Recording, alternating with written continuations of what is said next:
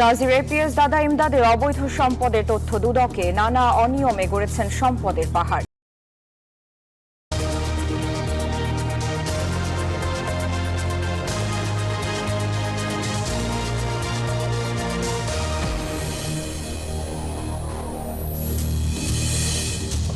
গাজীর এপিএস দাদা ইমদাদের অবৈধ সম্পদের তথ্য দুদকে, নানা অনিয়মে গড়েছেন সম্পদের পাহাড়।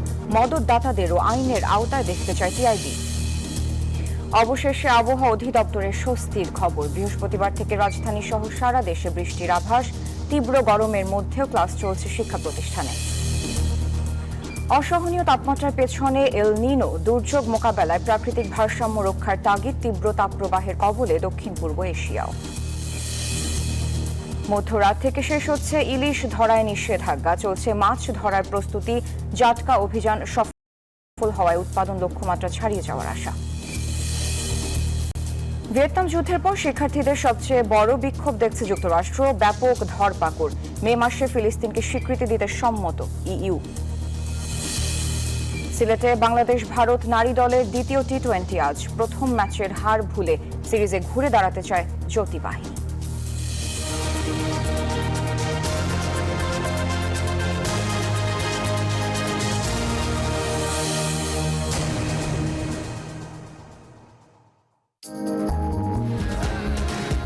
রেইনবো পেইন্টস, ছড়াও জীবনের রং। স্বাগত জানাচ্ছি নিউজ 24 দিনের সংবাদে। সাথে আছি আমি সারা মেহজাবিন। দেখছিলেন সংবাদ শিরোনাম। শব্দের আরেক নাম, একদম ইউনিক স্ট্রাকচারাল ডিজাইনের কসমিক ডোর। এর ওয়াল থিকনেস ও রিপ থিকনেস বেশি থাকায় থেকে 50 বছরেরও বেশি। কসমিক ডোর, নিশ্চিন্তে 50 বছর। এবার বিস্তারিত। গণমাধ্যমের অনুসন্ধানী প্রতিবেদনকে আমলে নিয়ে অবশেষে দুদকের জালে সাবেক বস্ত্রপাট মন্ত্রী গোলাম দস্তগীর গাজীর এপিএস এমদাদুল হক দাদুল ওরফে দাদা ইমদাদ।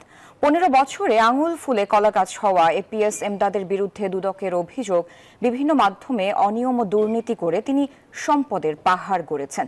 টিআইবি বলছে এক্ষেত্রে অবশ্যই ক্ষমতার অপব্যবহার হয়েছে। মূল মদতদাতাদেরও ছাড় দেয়া উচিত নয়। দুদক আইনজীবী বলছেন, চুলচেরা বিশ্লেষণে অভিযোগ প্রমাণিত হলে আইনগত ব্যবস্থা নেওয়া হবে।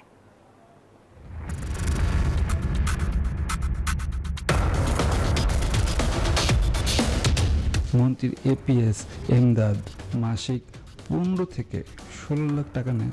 2023 সালের 26 ডিসেম্বর নিউজ 24 একটি দীর্ঘ অনুসন্ধানের রিপোর্ট প্রচার করে। সেখানে দেখানো হয় মাত্র 14-15 বছরে একজন সামান্য মানুষ থেকে এপিএস এমদাদ কিভাবে অসামান্য মানুষে রূপান্তরিত হয়েছে। শেকড়ের সন্ধানে সিরাজগঞ্জের শাহজাদপুরে খোঁজ নিয়ে জানা যায়, 1.5 দশক আগেও পত্রিকার বিজ্ঞাপন সংগ্রহ করে কমিশন নিয়েই তার সংসার চলত। সেখান থেকে 14 বছরের মধ্যে বর্তমানে সে শত শত কোটি টাকার মালিক। কত টাকার হিসেব নাই, কোটি টাকার হিসেব করেন। কোটি টাকা আপনার এনে দোকান আছে, আপনার 16-22 টাকা।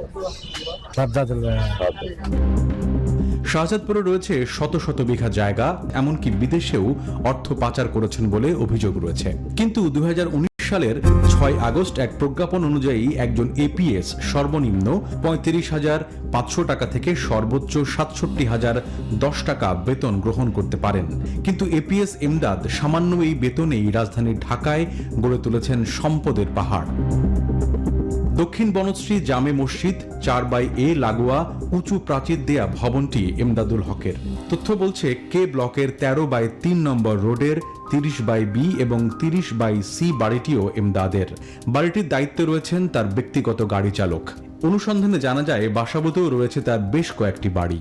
বাসাবোতে উনি কয়েকটা বাড়ি, বুঝলেন না? ও স্যার কি যে 6তলা বাড়ির যেটা, ওটা কি নিজের কিনা নাকি বানাইছে? না, ওখানে সাড়ে ফ্ল্যাট আছে 2টা। ও 6তলার ফ্ল্যাট আছে, আর 10তলা যেটা, 10তলাতে সাড়ে ফ্ল্যাট আছে 8টা। এদিকে তিনি নিজে থাকছেন 36 নং উত্তর বাসাবোর বেস্ট লিভিং লিমিটেডের এই বিলাসবহুল বাড়িটিতে। স্থানীয়দের তথ্য অনুযায়ী এই বিল্ডিং এর এক একটি ফ্ল্যাটের দাম 1.5 কোটি টাকার ওপরে। স্যার থাকে কয়তলায়? স্যারের ফ্ল্যাট কোটা 2টা। অনুসন্ধানে উঠে এসেছে সাবেক মন্ত্রীর এপিএস এমদাদের আয়ের উৎস মূলত 5টি। তার এমন আঙুল ফুলে কলাগাছ হওয়ার পেছনে সবচেয়ে বড় অবদান রেখেছেন সাবেক মন্ত্রী গাজী গোলাম দস্তগীর। তার ছত্রছায়াতেই রূপগঞ্জের বস অব দ্য বসেস হয়ে উঠেছেন দাদুল। যে ডাকু শমশের রূপগঞ্জের ত্রাস, তার কাছ থেকে মাসিক 15 থেকে 16 লক্ষ টাকা নেন দাদুল। ছবিতে ইমদাদুল হক দাদুলের পাশেই ঘনিষ্ঠভাবে দাঁড়িয়ে আছে চনপাড়ার শমশের ডাকু। সুখবর হলো অভিযোগ আমলে নিয়ে অনুসন্ধানে নেমেছে দুদক। চলতি বছরের 20 মার্চ তদন্ত কর্মকর্তা নিয়োগ দিয়েছে দুদক। তথ্য বলছে তারই ধারাবাহিকতায় 28 এপ্রিল সশরীরে দুদক কার্যালয়ে হাজির হয়ে সময় প্রার্থনা করেছে ইমদাদ। এই বাস্তবতায় দুর্নীতি দমন কমিশনের আইনজীবী বলছেন, তথ্য উপাত্ত বিশ্লেষণ করে সত্যতা মিললে আইন অনুযায়ী ব্যবস্থা নেওয়া হবে। ওনাকে শুনানি করে তারা তথ্যপত্র সংগ্রহ করে যাচাই বাছাই করে তারা একটা অনুসন্ধান রিপোর্ট দিবে। অনুসন্ধান রিপোর্টের ভিত্তিতে কমিশন সিদ্ধান্ত নেবে ওনার বিরুদ্ধে মামলা হবে কি না। দুদকের অভিযোগের বিষয়ে ইমদাদকে ফোন দিলে প্রতিবেদকের কথা শুনেই ফোন কেটে দেয় সে। ইমদাদুল হক দাদুল দাদা বলছেন? আমি দাদা মাহমুদ বলছি, নিউজ 24 টেলিভিশন থেকে। এই বাস্তবতায় টিআইবি বলছে, চুলচেরা অনুসন্ধানে দোষীদের বের করতেই হবে দুদককে, না হলে আইনের শাসন প্রতিষ্ঠা সম্ভব নয়। এটা হচ্ছে যে ক্ষমতার অপব্যবহারের দৃষ্টান্ত। এখন স্থানীয় প্রশাসন, আইন প্রক্রিয়া সংস্থা, স্থানীয় জনপ্রতিনিধি, তাদের সকলেরই নজরের আওতায় কিন্তু এইসব ঘটনা সংঘটিত হয়েছে। এই পুরো প্রক্রিয়ার মধ্যে কিন্তু এই ধরনের কর্মকর্তা যারা আছেন, কর্তৃপক্ষ যারা আছেন, তাদের যোগ সাজসের মাধ্যমে এই বিষয়টি হয়েছে। এখন যেহেতু চিহ্নিত হয়েছে, প্রতিবেদন হচ্ছে, আমরা আশা করব যে এক্ষেত্রে দৃষ্টান্ত স্থাপিত হবে। রূপগঞ্জের স্থানীয় মানুষের অভিযোগ, পুরো এলাকার চাঁদাবাজি থেকে শুরু করে সব ধরনের অবৈধ ও অনৈতিক কর্মকাণ্ড এখনো ইমদাদুল হকের নেতৃত্বেই চলমান রয়েছে। প্রশাসনের উচিত দ্রুত কার্যকর ব্যবস্থা নেওয়া। Desk report, news 24। এই যে আমার ব্যাংক আরএফএল গ্যাস স্টোভ, এর সায়েন্টিফিক নজল আর ব্রাশ বার্নার তাপকে সমানভাবে ছড়িয়ে খরচ বাঁচায় 25%। আরএফএল গ্যাস স্টোভ নিরাপদ ও গ্যাস সাশ্রয়ী। 304 ফুড গ্রেড স্টেইনলেস স্টিলে তৈরি, যা নিশ্চিত করে জংবিহীন সিঙ্কের আজীবন নিশ্চয়তা। আরএফএল কিচেন সিঙ্ক, স্বাস্থ্যকর কিচেনের চিরস্থায়ী সমাধান। এবার দেশের তাপপ্রবাহ, তাপমাত্রার খবর জানাতে আমাদের সাথে যুক্ত হবেন সহকর্মী ফয়সাল মাহমুদ। সারা মেহজাবিন, আপনাকে ধন্যবাদ। দর্শক, দেশের বিভিন্ন স্থানে তাপমাত্রার নতুন রেকর্ড হচ্ছে। এরই মধ্যেই আবহাওয়া অধিদপ্তরের পক্ষ থেকে জানানো হয়েছে সুখবর, বৃহস্পতিবার নাগাদ দেশের বিভিন্ন জায়গায় হতে পারে বৃষ্টি, এমনটি জানিয়েছে আবহাওয়া অধিদপ্তর। আবহাওয়ার খবরাখবর নিয়ে আপনাদের সাথে আছি আমি ফয়সাল মাহমুদ। বিস্তারিত সংবাদে চলে যাব।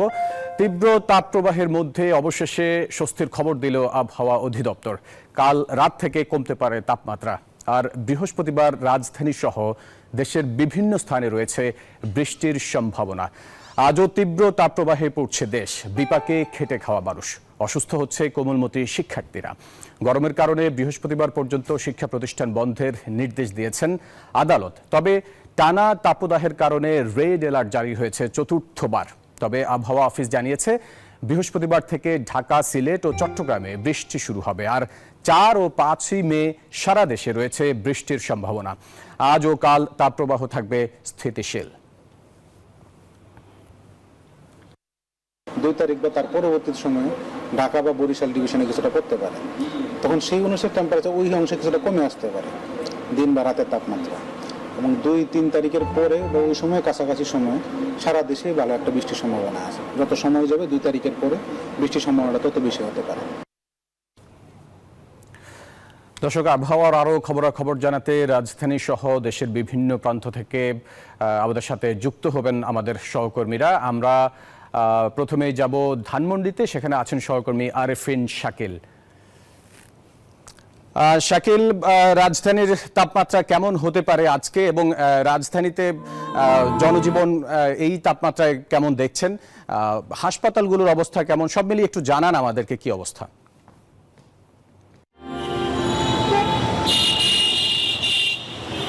ধন্যবাদ ফয়সাল। রাজধানীর অবস্থা সকাল থেকে আমরা যেহেতু রাজধানীর বিভিন্ন জায়গায় গিয়েছি, মানুষের সংখ্যা কিন্তু রাস্তা অনেক কম, খুব বেশি প্রয়োজন না হলে খুব বেশি মানুষ বেরোচ্ছেন না। আপনারা যদি ছবিতে দেখাতে চাই, রাস্তা কিন্তু অনেকাংশেই ফাঁকা এবং প্রত্যেকটি বড় মহাসড়কগুলোতেই খুব বেশি যানবাহনের চাপও নাই, এবং যার ফলে যানজটের যে তীব্রতা থাকে এখন কিন্তু সেই তীব্রতা অনেকাংশে কমে গেছে।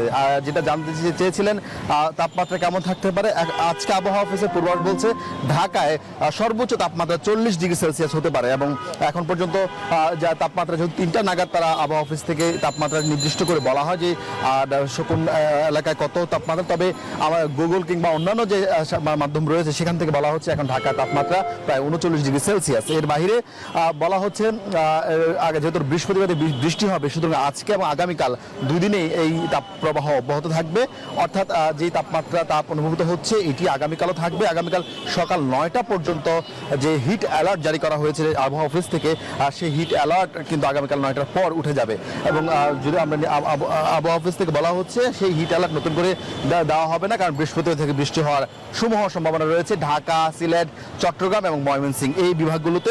যদিও সুখবর নেই আসলে উত্তরাঞ্চলের জন্য, রংপুর এবং রাজশাহীর জন্য, সেখানে এখন পর্যন্ত বৃষ্টির যে সুখবর সেই সুখবর 5 তারিখের পর হতে পারে বলে আবহাওয়া অফিস থেকে জানানো হয়েছে। এবং যেহেতু বৃহস্পতিবার থেকে বৃষ্টি হবে, ফলে এই অঞ্চলে অর্থাৎ ঢাকা, সিলেট, কুমিল্লা, সেই সঙ্গে চট্টগ্রাম এবং সেই ময়মনসিংহ এই অঞ্চলে তাপপ্রবাহ অনেকাংশে কমে যাবে, এবং সেই সঙ্গে এই অঞ্চলে খানিকটা স্বস্তি ফিরবে। যদিও 7 তারিখের পর আবারও তাপপ্রবাহ বাড়তে পারে বলে আবহাওয়া অফিস থেকে জানানো হয়েছে। আমরা একটু চুয়াডাঙ্গা গতকাল চুয়াডাঙ্গায় 43 ডিগ্রি সেলসিয়াস ছিল তাপমাত্রা, বাংলাদেশের সর্বোচ্চ তাপমাত্রা ছিল চুয়াডাঙ্গায়। আজকে সেখানকার সবশেষ অবস্থাকে সেখানে আছেন আমাদের সহকর্মী জামান। চুয়াডাঙ্গা এখন তাপমাত্রা কত এবং জনজীবন আসলে কতটা বিপর্যস্ত হয়ে পড়েছে জামান?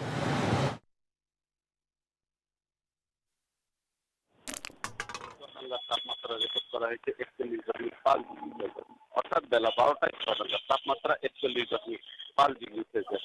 আর তো আবহাওয়ার যে অবস্থা, এই অবস্থা কিন্তু এই এপ্রিলের শুরু থেকেই চুয়াডাঙ্গাতে বিরাজ করছে।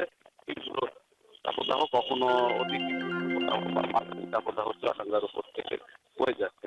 তো আমি আপনাকে যদি আরেকটু জানিয়ে রাখতে চাই যে আজকের বেলা 12টায় যে তাপমাত্রা, সেই অনুযায়ী গত কয়েকদিনের তাপমাত্রা পর্যালোচনা করলে যেটি বোঝা যায় সেটি হচ্ছে আজও কিন্তু চুয়াডাঙ্গাতে 43 ডিগ্রি বা এর কাছাকাছি তাপমাত্রা রেকর্ড হতে পারে। তো এই অবস্থায় আবহাওয়া অফিস যেটি বলছে যে এই খরচাতে ভিতরে চুয়াডাঙ্গার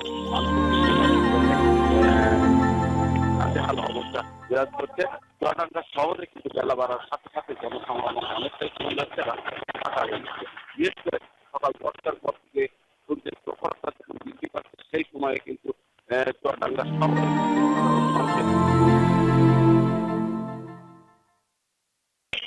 বিশেষ প্রয়োজন ছাড়া কেউই কিন্তু বাইরে আসছেন না। তো এই অবস্থা কিন্তু চুয়াডাঙ্গা বিরাজ করছিল। আর তাপদাহের আরো খবর জানাতে রংপুরে অপেক্ষা করছেন সহকর্মী রেজাউল করিম মানিক, তিনি জানাবেন সেখানকার অবস্থা।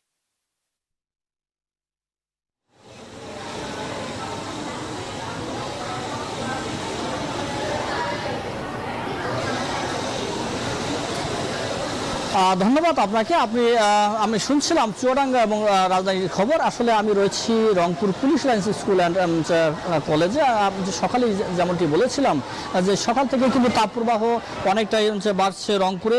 আজকে সকাল 10টায় ছিল তাপপ্রবাহ 30.5 ডিগ্রি সেলসিয়াস। এই অবস্থায় কিন্তু রংপুরে শিক্ষা প্রতিষ্ঠানগুলো খোলা রাখা হয়েছে। আমরা বেশ কিছু শিক্ষা প্রতিষ্ঠানের খোঁজখবর নিয়েছি যে হাইকোর্টের নির্দেশ যেটা রয়েছে, সেই নির্দেশ যে বৃহস্পতিবার পর্যন্ত শিক্ষা প্রতিষ্ঠান বন্ধ থাকবে, কিন্তু রংপুরের শিক্ষা প্রতিষ্ঠানগুলো হাইকোর্টের সেই নির্দেশনা মানছে না। আমি Rangpur police lines school and কলেজের যে অধ্যক্ষ রয়েছেন তার সাথে জালাল উদ্দিন আকবর, একটু তার সাথে কথা বলতে চাই, আপনার সাথে কাছে জানতে চাই যে হাইকোর্টের একটা নির্দেশনা রয়েছে যে বৃহস্পতিবার পর্যন্ত শিক্ষা প্রতিষ্ঠান বন্ধ থাকবে, খোলা রেখেছেন, এই বিষয়টা একটু আমাদেরকে বলবেন। ধন্যবাদ। আসলে হাইকোর্টের নির্দেশনা আমরা ইনফ্যাক্ট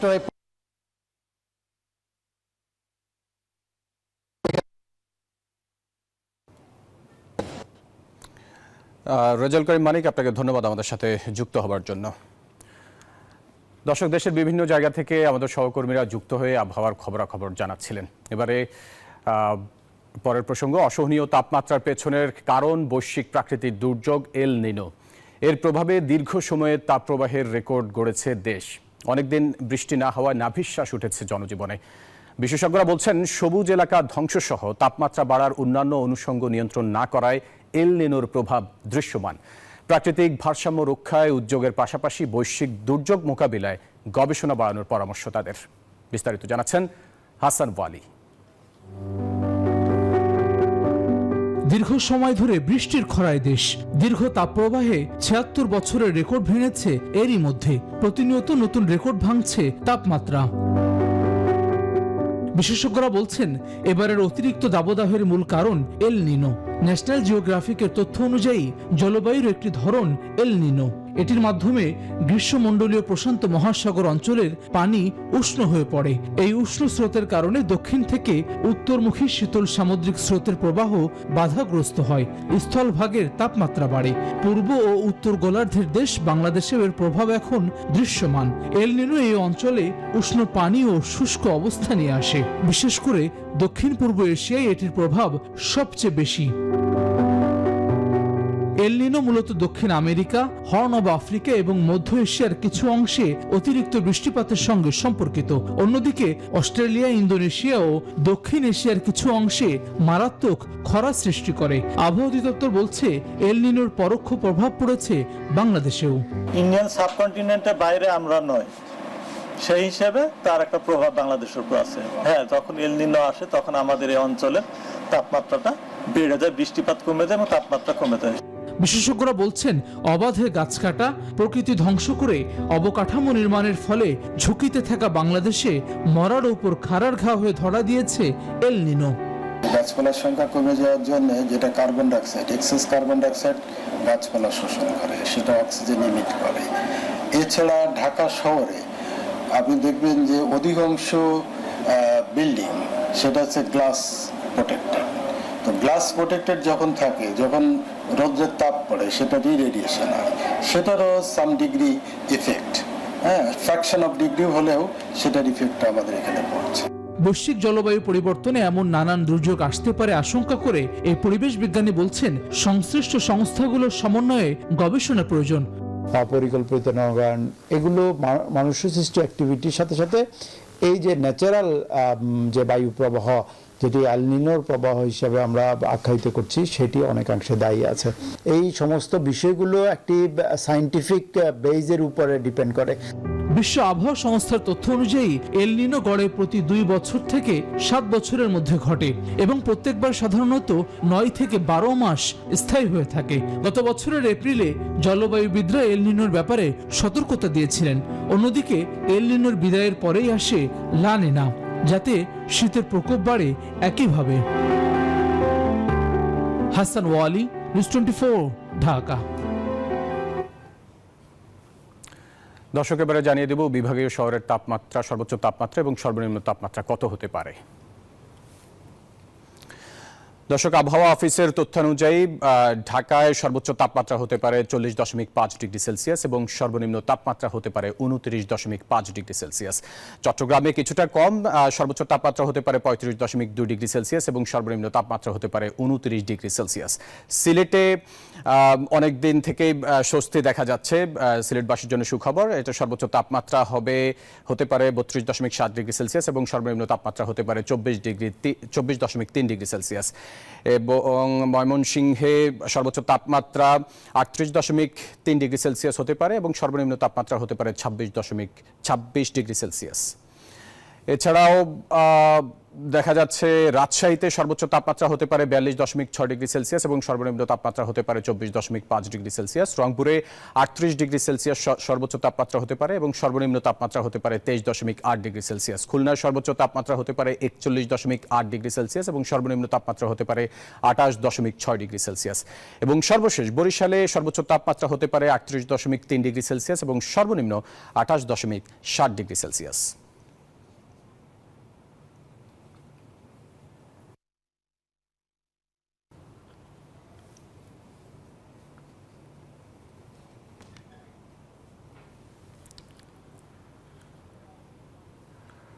শুধু বাংলাদেশ নয়, দক্ষিণ ও দক্ষিণ পূর্ব এশিয়ার বেশ কয়েকটি দেশেও তীব্র তাপপ্রবাহের কারণে বিপর্যস্ত হয়ে পড়েছে জনজীবন। স্বাভাবিক কাজে ঘটছে ব্যাঘাত, বন্ধ করতে হচ্ছে শিক্ষা প্রতিষ্ঠান। জলবায়ু পরিবর্তন ও এল নিনোর প্রভাবে তাপপ্রবাহ ধীরে ধীরে বিপজ্জনক হয়ে ওঠায় তা নীরব ঘাতকে পরিণত হচ্ছে। বাংলাদেশ ছাড়াও এই তাপপ্রবাহের কবলে পড়েছে ভারত, ফিলিপাইন, মিয়ানমার, কম্বোডিয়া ও ভিয়েতনাম। সব দেশেই 40 ডিগ্রি সেলসিয়াস ছাড়িয়ে গেছে তাপমাত্রা। জলবায়ু পরিবর্তনের কারণে তাপপ্রবাহ দীর্ঘস্থায়ী, তীব্র ও বারবার হতে পারে বলে জানিয়েছেন গবেষকরা।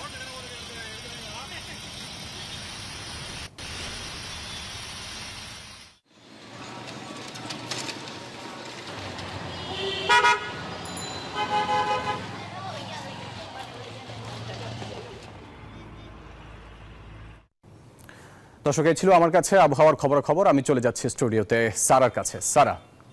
ফয়সাল, আপনাকে ধন্যবাদ। দর্শক, তাপপ্রবাহ তাপমাত্রার খবর জানাতে আমাদের সাথে যুক্ত ছিলেন সহকর্মী ফয়সাল মাহমুদ। আর এরই সাথে দিনের সংবাদের সময় হলো একটি বিরতির। ফিরছি একটু পর, সাথে থাকুন।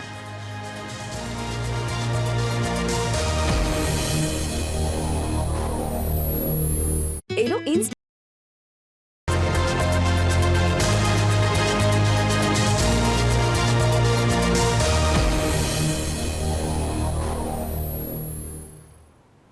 স্বাগত আরেকবার দিনের সংবাদে।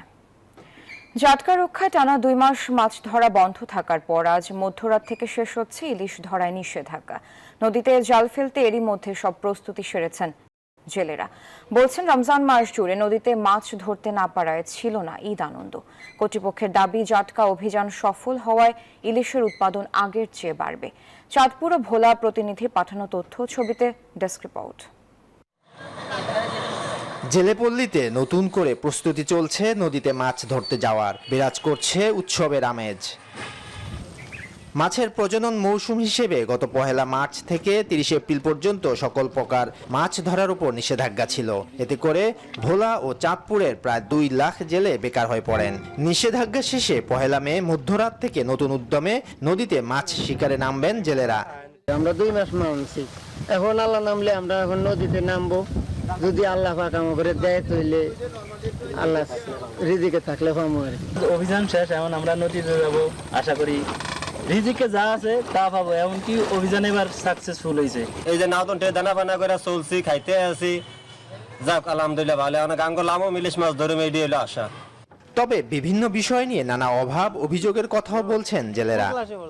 ঈদের দানা পানা করে ফলন ছাড়ে দিছি, নিজের একটু কষ্ট আছে। এই অভিযানে 2 মাস মনে করেন আমাকে বইয়া গেলে যে 40 কেজি চাল দিয়ে আমাকে কিছুই হয় না। ব্যাগে তো আর জাল লেখাত পাই না, এমন কেউ পাইছি কেউ হয় না। কর্তৃপক্ষ বলছে, জাটকা সংরক্ষণ অভিযান সফল হওয়ায় ইলিশ উৎপাদন লক্ষ্যমাত্রা ছাড়িয়ে যাবে। সার্বক্ষণিক নদীতে থেকে অবস্থান করেছি, যার কারণে জেলেরা নদীতে জাল পাততে পারেনি এবং সর্বোচ্চ পরিমাণ জাটকা সংরক্ষণ হয়েছে। যা আশা করছি যে আমাদের সামনে যে জাতীয় লক্ষ্যমাত্রা 6 লক্ষ মেট্রিক টন ইলিশ উৎপাদন।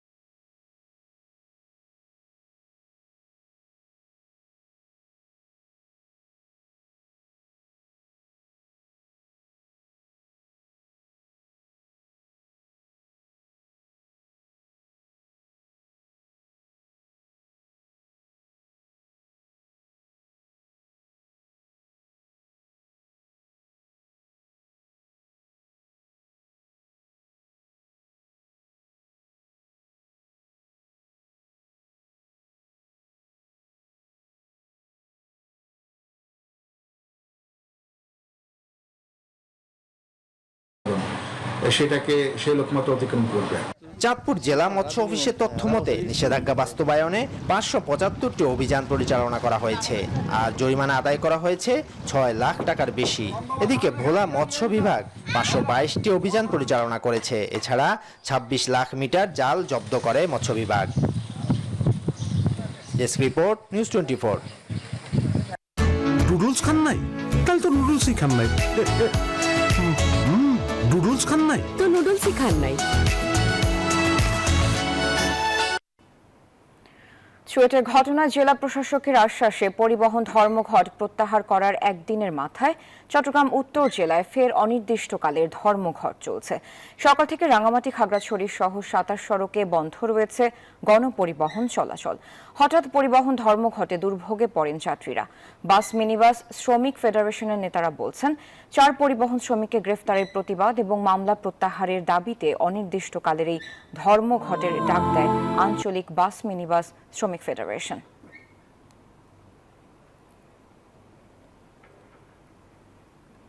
চার পরিবহন শ্রমিক আটকের প্রতিবাদে চট্টগ্রাম উত্তর জেলায় চলছে ধর্মঘট। সবশেষ খবর জানাতে সরাসরি যোগ দিচ্ছেন সহকর্মী নয়ন বড়ুয়া। জয়, ধর্মঘটে সাধারণ মানুষকে কতটা ভোগান্তি পোহাতে হচ্ছে?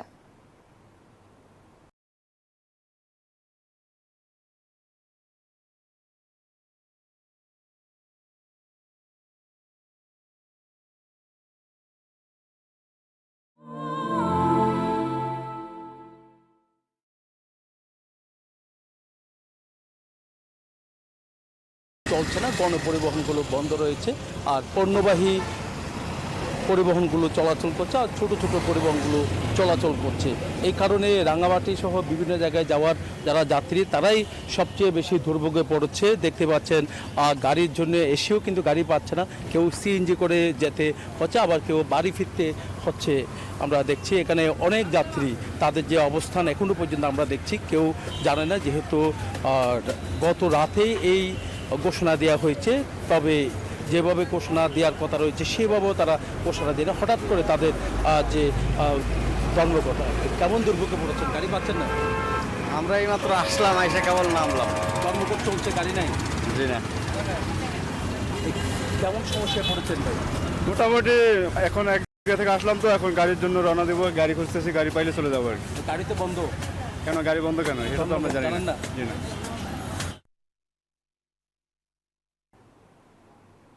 জয়, আপনাকে ধন্যবাদ। দর্শক, চট্টগ্রাম থেকে যুক্ত হয়েছিলেন সহকর্মী নয়ন বড়ুয়া। জয়। এবার ফার্স্ট সিকিউরিটি ইসলামী ব্যাংক পিএলসি অর্থ বাণিজ্য সংবাদ।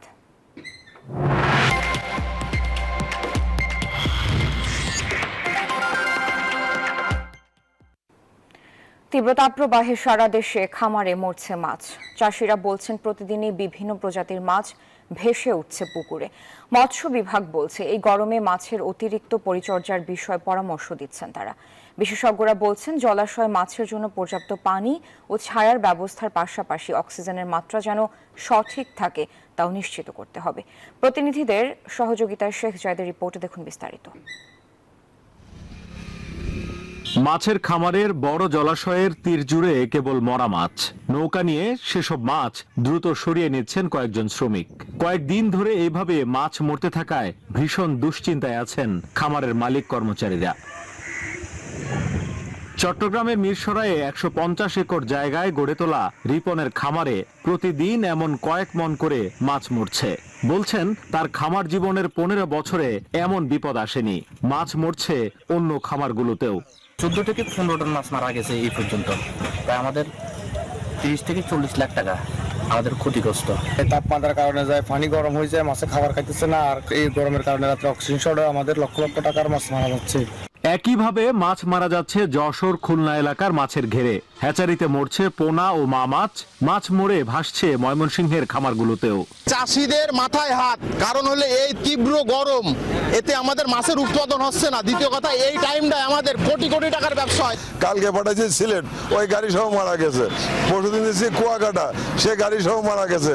মৎস্য বিভাগ বলছে খামারে যে তাপ প্রবাহের কারণে মাছের অতিরিক্ত পরিচর্যার পরামর্শ দেওয়ার পাশাপাশি হাতে কলমে শেখাচ্ছেন তারা।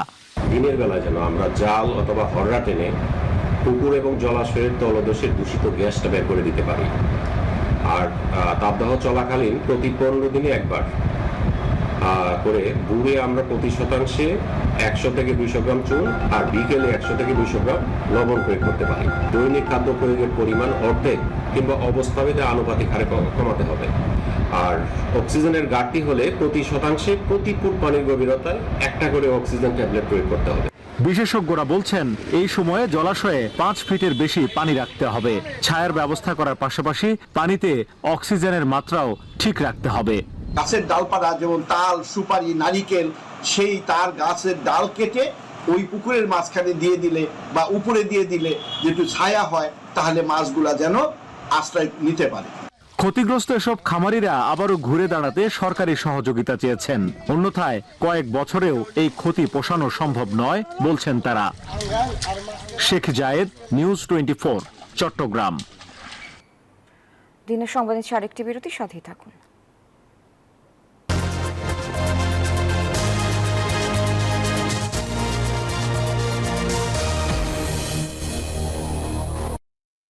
লিকুইড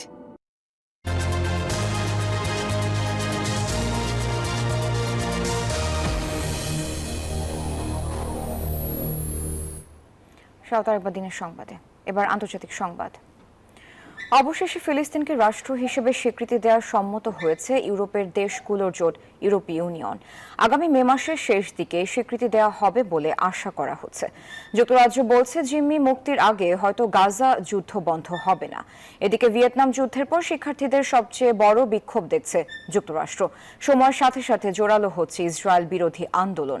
সোমবার সৌদি আরবের রিয়াদে ওয়ার্ল্ড ইকোনমিক ফোরামে ফিলিস্তিনি সশস্ত্র গোষ্ঠী হামাসকে ইসরায়েলের দেয়া যুদ্ধবিরতি প্রস্তাব দ্রুত গ্রহণের আহ্বান জানিয়েছেন মার্কিন পররাষ্ট্রমন্ত্রী অ্যান্টনি ব্লিংকেন। অবশেষে বিশ্বের গুরুত্বপূর্ণ মহাদেশ ইউরোপের কাছ থেকে রাষ্ট্র হিসেবে স্বীকৃতি পেতে যাচ্ছে ফিলিস্তিন। আগামী মে মাসের শেষ দিকে এ স্বীকৃতি দিতে পারে ইউরোপের দেশগুলোর জোট ইউরোপীয় ইউনিয়ন। আর এ তথ্য নিশ্চিত করেছেন ইউ এর পররাষ্ট্রনীতি বিভাগের প্রধান জোসেফ বোরেল। যদিও এই উদ্যোগকে সন্ত্রাসবাদের জন্য পুরস্কার হিসেবে গণ্য হবে বলে আগেই মন্তব্য করেছিলেন ইসরায়েলের যুদ্ধবাজ প্রধানমন্ত্রী বেনিয়ামিন নেতানিয়াহু। সোমবার সৌদি আরবের রিয়াদে ওয়ার্ল্ড ইকোনমিক ফোরামে ফিলিস্তিনি সশস্ত্র গোষ্ঠী হামাসকে ইসরায়েলের দেওয়া যুদ্ধবিরতির প্রস্তাব দ্রুত গ্রহণের আহ্বান জানিয়েছেন মার্কিন পররাষ্ট্রমন্ত্রী অ্যান্টনি ব্লিংকেন। একই দিনে ব্রিটিশ পররাষ্ট্রমন্ত্রী ডেভিড ক্যামেরন জানালেন, জিম্মিদের মুক্তি দেয়া না হলে গাজা যুদ্ধ বন্ধ হবে না বলেই ধারণা তার। দ্বিরাষ্ট্রভিত্তিক সমাধানের জন্য আমাদের সঠিক রাজনৈতিক দিগন্ত উন্মোচন করতে হবে, যাতে আমরা ভবিষ্যতে দেখতে পারি নিরাপদ ইসরায়েলের পাশাপাশি একই সাথে নিরাপদ ফিলিস্তিন রয়েছে। এরই মধ্যে সোমবার মার্কিন পররাষ্ট্র দপ্তরের নিয়মিত ব্রিফিংয়ে স্টেট ডিপার্টমেন্টের মুখপাত্র বেদান্ত পাটেল জানিয়ে দিয়েছেন, গাজা যুদ্ধের আগে ইসরায়েলি সামরিক ইউনিট মানবাধিকার লঙ্ঘন করেছে বলে প্রমাণ পেয়েছে যুক্তরাষ্ট্র।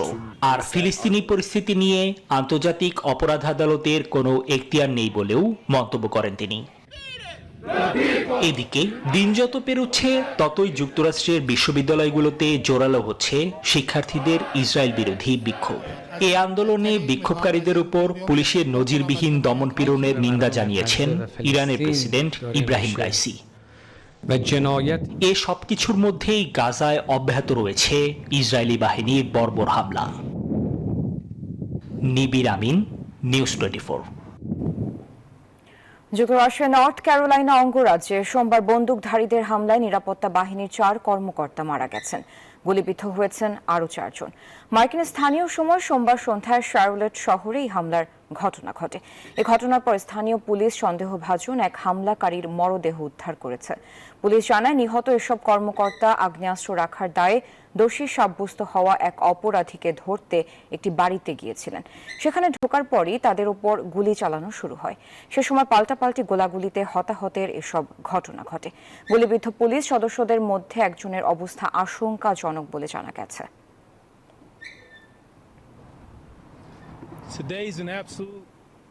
দিনের সংবাদ নিয়ে আরেকটি বিরতির সাথে থাকুন।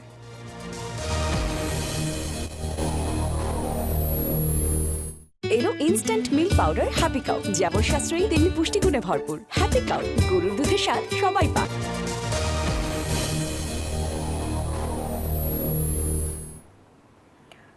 দিনের সংবাদে এবার জানাবো খেলার সংবাদ।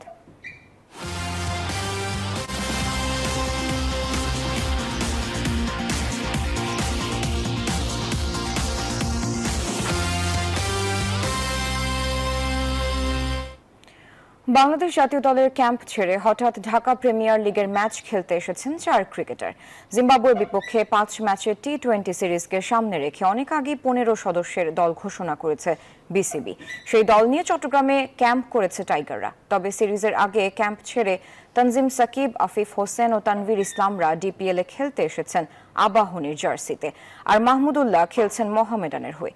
বিকেএসপির 3 নম্বর মাঠে আবাহনীর বিপক্ষে টস হেরে 8 উইকেটে 232 রানে ব্যাট করছে শেখ জামাল। বিকেএসপির আরেক মাঠে মোহামেডান স্পোর্টিং ক্লাব 256 রানের টার্গেট দিয়েছে শাইনপুকুরকে, আর ফতুল্লাতে প্রাইম ব্যাংককে 182 রানের লক্ষ্য দিয়েছে গাজী গ্রুপ ক্রিকেটার্স।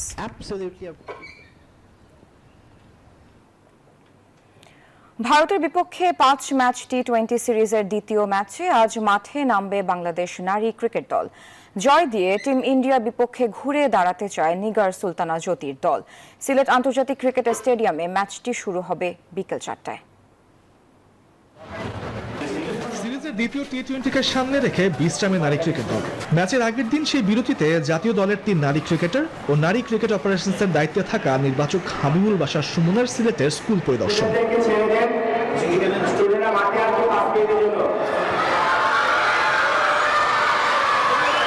নিগার, ফাহিমা, মারুফারা নিজেদের অবসর সময়টা বের করে কাটিয়েছেন 3টি স্কুলের শিক্ষার্থীদের সাথে। হয়েছেন গল্প, আড্ডা, অটোগ্রাফ আর সেলফিতে বন্দী। খানিকটা সময়ের জন্য মাঠের ব্যস্ততা দূরে ঠেলে দিলেও ছুটি নেই। সিরিজের টি20 ম্যাচে আবারও মাঠে নামতে হচ্ছে নিগার সুলতানা জ্যোতিদের।